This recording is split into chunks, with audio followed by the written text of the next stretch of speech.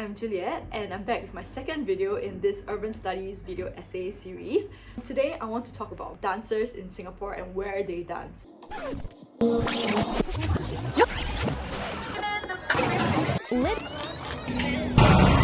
So I'm not sure if you've seen this TikTok of a young girl just practicing her dance to BT BT by BI in front of a supposedly reflective surface at Marina Square. And just the next video, if you scroll up, is someone from inside filming her dancing. So basically they could see through her, and it was filmed in a kind of mocking way, like wow, dancers can really dance anywhere. Those two videos captured back to back perfectly encapsulates the relationship of dance and space in Singapore. And as both an urban studies major and a dancer, I want to understand how the role of space plays to a dancer's pursuit of their passion, and also the social experience it gives to these dancers, mostly young people in the city of Singapore. So we can't talk about dancing in public spaces without talking about street dance, and as the name implies, it originated from the streets. So it evolved from popular culture and social dance in America during the 1970s, namely in the Bronx. So at that time, people would dance anywhere that had an open, available space, either a park, a street, or a party. An important feature of street dance is that this was not a style that was learned within a studio under formal tuition, but it was improvised in an informal space. As such, it involved interaction between the dancers and watchers and encouraged creativity in the making up and structuring of movement. So that was more in the 70s, where dance really came from the streets to help individuals gain a form of expression and kind of resistance. Around the 90s and beyond, we see more media attention on such street dance cultures, where you see street dance groups being featured in the Los Angeles Olympics.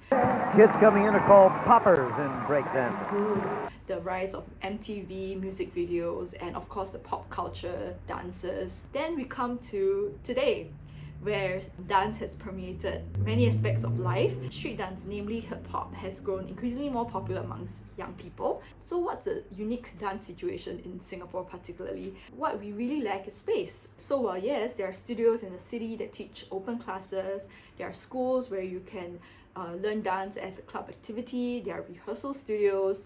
These are all walled up spaces that limit access via club membership or payment. And of course, there are homes like your rooms, your living room, your backyard. But most young people stay with their families, so having that privacy to kind of like pursue dance, even as an individual or as a small little group, it's really difficult because where are you going to get that space? So what about these young people who do not always have such access to studios, to living rooms, backyards? They basically go to public spaces like shopping malls and train stations.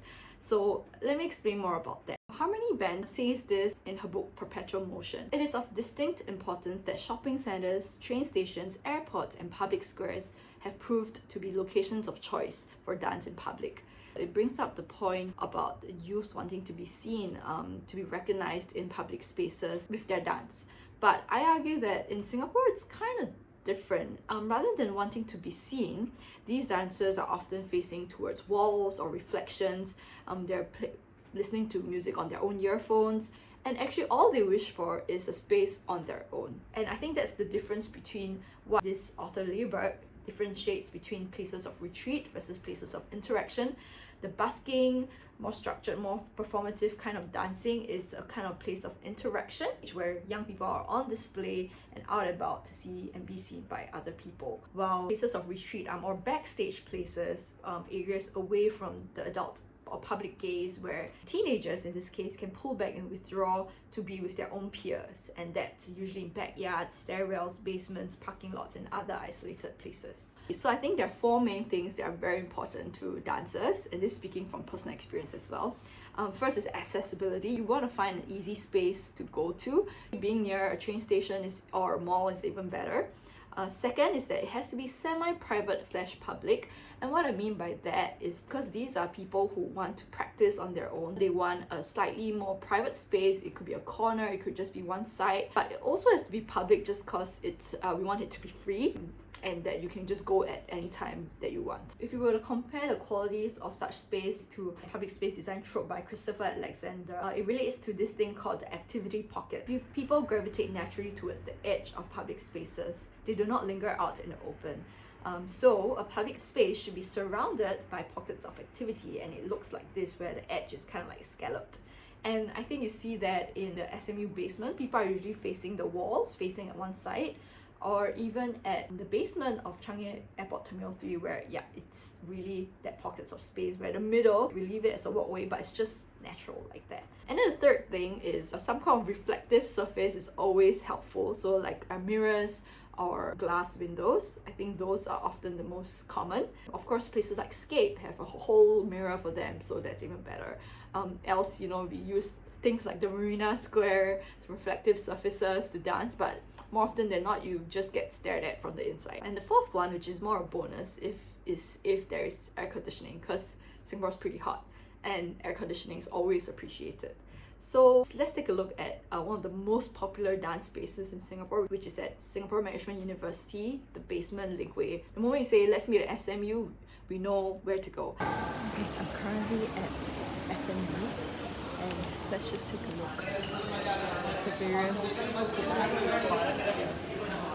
It's situated right outside Bras Pasar at MRT station, which is also really central in town. It is air conditioned, thankfully, and it has some reflective surfaces around, especially near the shop areas, and it's just narrow enough at some places for dancers to feel cozy in their little nook, but also public and open enough to sense what the other groups are doing, and they're doing their own thing. So you kind of feel like you're nestled in your own space, but you're not the only one there. You don't feel weird being the only dancer group there amongst people doing other stuff. Let's take another example of Marina Square. Again, nooks and crannies everywhere, and also it's a hub for dancers because that mall has popular dance studios like Dance People and Legacy. So it's not uncommon to see dancers really just finding any reflective surface to practice. And another interesting dance location that's very close to my heart is the basement of Changi Airport Terminal 3. It's situated at the east side of Singapore, so it's not the most accessible, but the great thing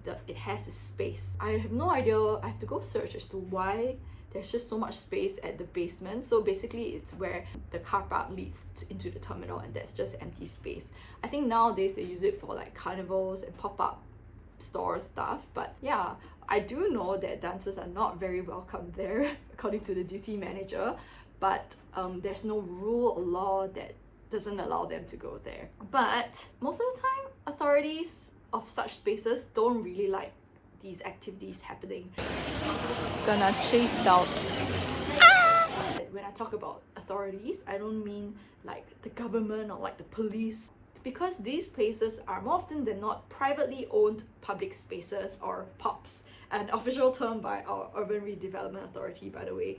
And so this leaves governance of the space to private entities, but access to should still be open to the public. So Barry Percy Smith says this about such contested space. Young people relate to how their use of open spaces is often thwarted by controls laid out by adults or by competition with other place users.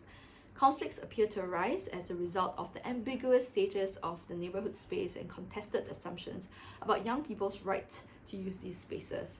These are often semi-public or transitional spaces sandwiched between public and private realms. Historically, public spaces are often thought of as spaces for adults, while young people are often confined to acceptable islands by adults so that they're easier to control, easier to look after. So their visibility in public spaces is often seen as discrepant and undesirable, like a polluting presence. Let's see how this contestation happens in SMU space. So SMU is a university, right? So it's meant for young people. So it's even weirder to have a ban on dancing. But there was a period of time where they would put up signs saying no dancing here. They would have the security guards roam around to check on the identities of the people hanging out there, so that you could only be a university student to use that space. There was a huge outcry amongst the dancers there because it's been historically used as a space for dancing. And honestly, what was the harm? Francine, can I ask you a question? Sure, anything. Why don't you go back to your own house and stop bothering us? So I realized that I kind of missed the whole point about this contestational space when I previously filmed it. So we realized it's more than just authorities versus dancers. It's also other users versus dancers. So these are fellow university students, I assume, complaining about dancers taking up the space at SMU. Here are other comments. You see how people are complaining about dancers outside Marina Square. And though I'm a dancer myself, I get their perspective. I mean, for the SMU students, here's their study space, they're paying the school fees to use it, and yet all these dancers are just coming and disrupting their piece, blocking the way. And I also gotta admit, not all dancers are that considerate in the way they use the space as well. And as you can see in this comment, they're basically asking these dancers to just go use your own space, you know, like escape, there's your own studios, why are you taking up public space? Meanwhile, there are also some other comments that argue that, well, these are public spaces, so what's wrong with them using it, right? I find this discussion and this discourse a perfect encapsulation of the irony of the public space. So while it sounds like a space open for all to use and to perceive what their users are, in reality, the true public space is a highly contested place where people are often trying to regulate the use by a form of spatial purification. But the funny thing is that actually, does this really deter dancers? Fortunately for some and unfortunately for some, no, it does not work.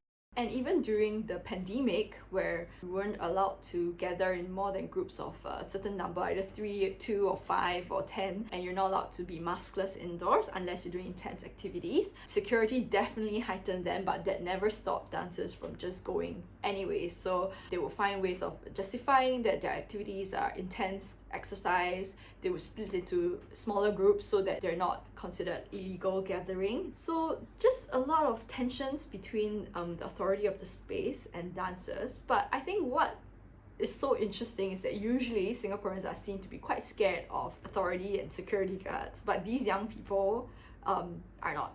They are like cockroaches. You just cannot stop them from pursuing their passion. Let me share a case study of irony. So there's this huge competition called S24, Super 24, where basically each team had to have 24 dancers, and the stage that they're performing in is a set grid of, I think like 10 by 10 meters. It's a four directional kind of thing, so you have to prepare a 1 minute performance with these requirements. And last year, I think because it was like the first big dance competition since the pandemic, I think there were like 36 teams participating, and there's 36 teams times 24, so it's like 1,000 plus people preparing for this competition. So where do you find the space? And the thing about this competition is that usually there's a lot of stunts involved.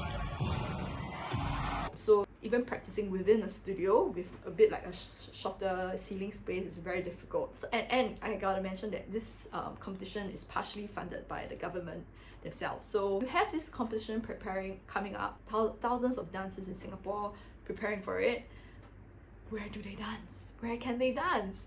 They have no choice but to dance at these open spaces. I was in one of the teams, and it was a constant struggle initially to really find the right space. So we started at this open space in town, at downtown MRT station, but because it was outdoors, super hot, and whenever it rained, we were like, what do we do? Thankfully, we moved to SMU, the same basement area, but as you can tell, that place is a super hot place for dancers. So our practices at 7 p.m, but our teammates would go there like 2-3 p.m. to kind of like choke the space, mark out the space with masking tape or like string to identify that, yeah, that's our space, don't touch it.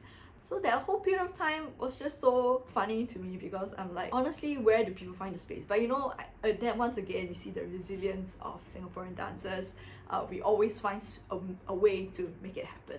Well, I'm getting a bit passionate talking about this, but here you see the wonderful relationship between space and how these dancers use this space. That, I think, relates to the third space theory. We probably hear that a lot, but the third space theory is basically, it's a term coined by sociologist Ray Oldenburg, and it refers to places where people spend time between home, which is their first place, and work or school, their second place. And there are locations where we exchange ideas, have a good time, and build relationships.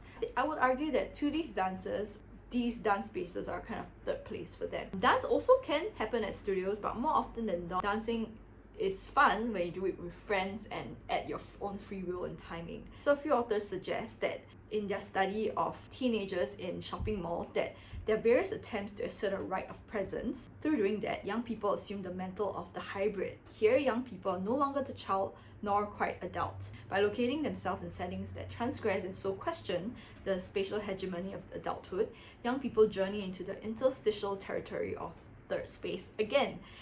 From this perspective, the mall and in our case these public spaces, assumes a cultural importance over and above its functional form. This discourse amongst dancers about finding a good space, knowing the ins and outs of a certain location or quality of a location, really speaks to how masterful these dancers have been over the space. And I think that's the value of third spaces to dancers. Okay, hello, it's Editing Juliet again. I know there's so many of these, but just really wanted to nail it down. Yeah, I think so far we've really been talking about how these spaces really enrich and empower the individual dancers or the group of dancers by providing them with a third space.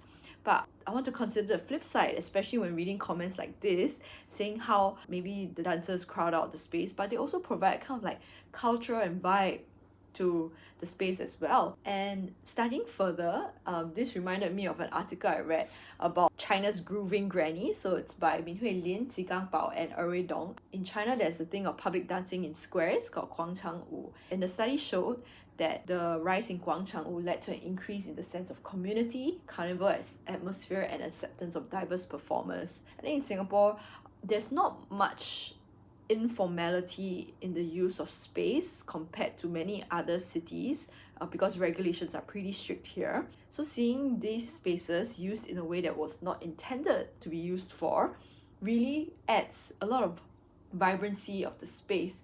And because you can see so much creativity and spontaneity happen, and it's as if the space is loosened for opportunities and possibilities to happen. And yeah, I think it really brings a kind of sense of surprise, the carnival atmosphere to the place as well. So if we go back to the SMU space, that university space, I think even if you're not a dancer, you're just walking through the crowd of the different groups of dancers, you can really feel the sense of community and this kind of rising energy of the growth of an art form and of dance in Singapore. And I'm not sure if I'm being overly romantic, but I just feel like this is such an invigorating feeling to feel culture and vibes in a space that is so organic. It's organic, yeah.